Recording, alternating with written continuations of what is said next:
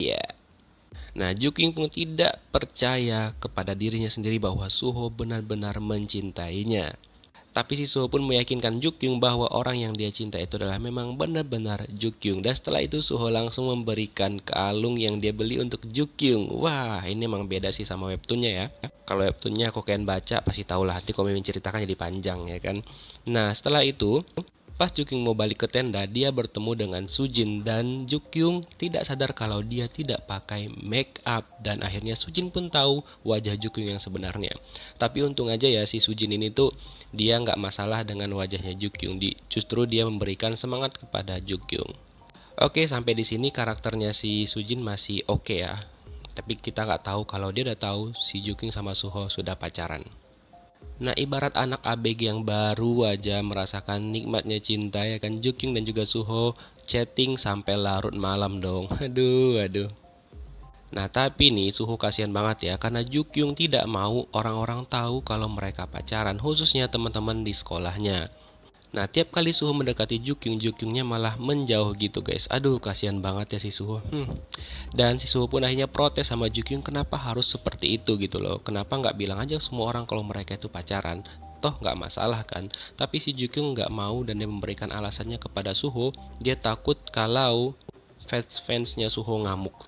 Dan Suho bilang itu nggak masuk akal ya kan. Dan pada saat pembicaraan mereka itu, ternyata si Seojun ada di sana dong guys, yang kebetulan mau buang minumannya. Aduh, sad boy, sabar ya.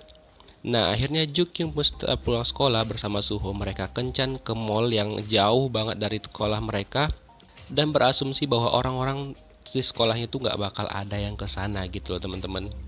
Dan di sini mereka juga gagal romantis ya menurut Mimin. Pada saat lagi suap-suapan, temennya Jukyung dateng dong guys, dan Jukyung langsung nyuruh Suho untuk bersembunyi di bawah kolong meja. Dan untung saja teman-teman Jukyung itu tidak tahu kalau orang yang ada di bawah kolong itu adalah si Suho. Aduh, kasihan banget lah Suho nya. Setelah itu Suho langsung ngajak Jukyung ke tempat Selena Lee yang lagi presentasi makeup gitu guys, karena kan Jukyung ini fans berat banget sama dia. Tapi si Jukyung nggak tahu kalau Selena Lee itu adalah kakak kandungnya Suho. Kencan pertama mereka bisa dibilang nggak terlalu berhasil banget ya. Nah, besok paginya Seojun itu bertemu dengan Jukyung di halte bus karena sekarang tuh Seojun udah nggak mau naik pakai motor lagi guys ke sekolah karena dia udah mulai mendengarkan kata-kata Jukyung. Mendengarkan atau mulai bucin nih.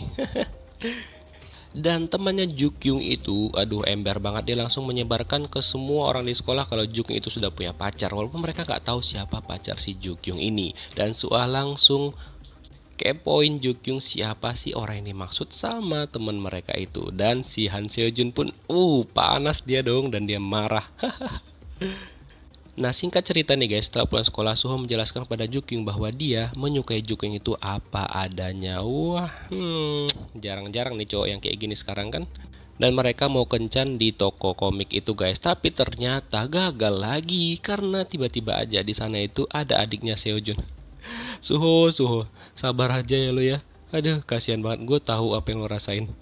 Nah, besok paginya pada saat Sujin ke mejanya Jukyung, si Sujin ngelihat kalung yang dikasih sama Suho. Si Sujin tahu karena waktu itu kan dia sempat ngelihat kalung itu. Wah, semakin runyam nih masalahnya kan. Si Sujin udah tahu dong guys. Dan dia langsung emosi parah setelah itu. Dia cemburu, buta. Gimana nih ya?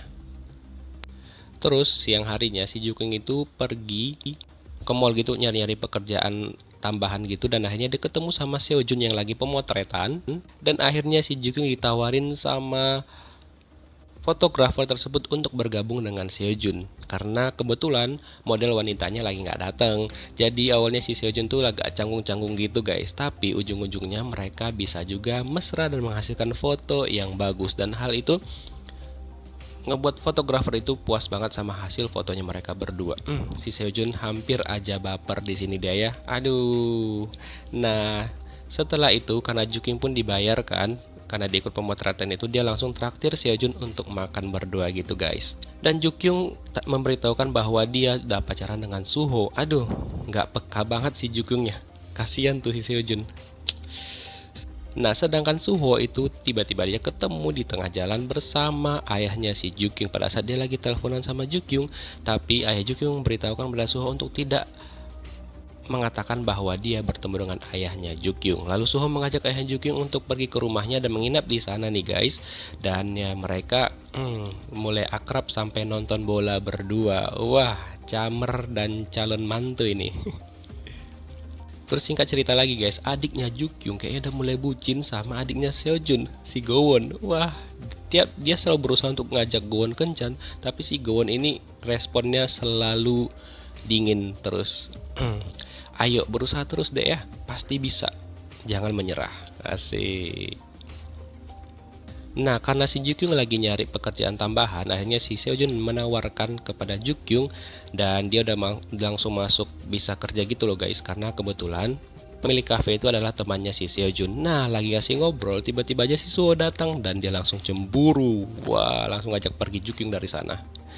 Nah, akhirnya si Jukyung pun langsung memulai pekerjaannya pada hari itu yang ditawarkan sama si Seojun sama dia.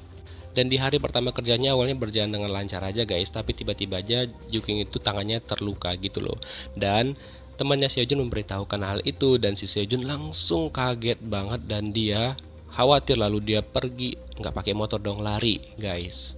Tapi pas nyampe sana si Jukyungnya udah nggak ada. Aduh, kasihan banget. Karena si Jukyung udah diajak Suho untuk main Junjitsu ya namanya. Aduh, Mimin takut salah lagi nih. Pokoknya itulah namanya ya kan. Nah, setelah main itu, si Suho memberitahu kepada Jukyung kalau namanya Jukyung di handphonenya udah ditukar menjadi pacar perempuan. Hal itu setelah dikasih tahu Jukyung kalau Jukyung pun membuat nama si Suho itu pacar di handphonenya. Nah, pada saat itu nih guys, si Sujin ngeliat dengan mata kepalanya sendiri kalau Suho dan Jukyung itu pacaran dan bermesra-mesraan. Gimana nih? Aduh, bahaya nih guys. Nah, setelah itu Suho langsung ngajak Jukyung pergi ke rumahnya guys. Mereka nonton berdua dong di sana dan Suho pun sebelumnya main piano untuk Jukyung. Tapi Suho kayaknya lupa kalau ayah Jukyung itu ada di sana, masih di sana lebih tepatnya kan. Nah, tanpa mereka sadarin pas lagi nonton nih, nonton horor, sebenarnya mau terjadi apa yang kita inginkan, itu adegan kisah gitu guys. Tapi karena ayah Jukyung di sana, dia menggagalkan semua itu guys. Jadi ayahnya Jukyung langsung menggagalkan itu dan Suho dan Jukyung pun terkejut. Ya udah, ambiar dah semua guys. Aduh, ayah Jukyung nih kesel. Dan itulah ending scene dari episode 9-nya guys. Gimana kah kira-kira kelanjutannya? Dan belum ada loh scene Suho yang bilang dia putus sama Jukyung. Apakah di episode 10? Kita lihat aja episode 10-nya malam ini. Thank you for watching. See you next video. Bye bye.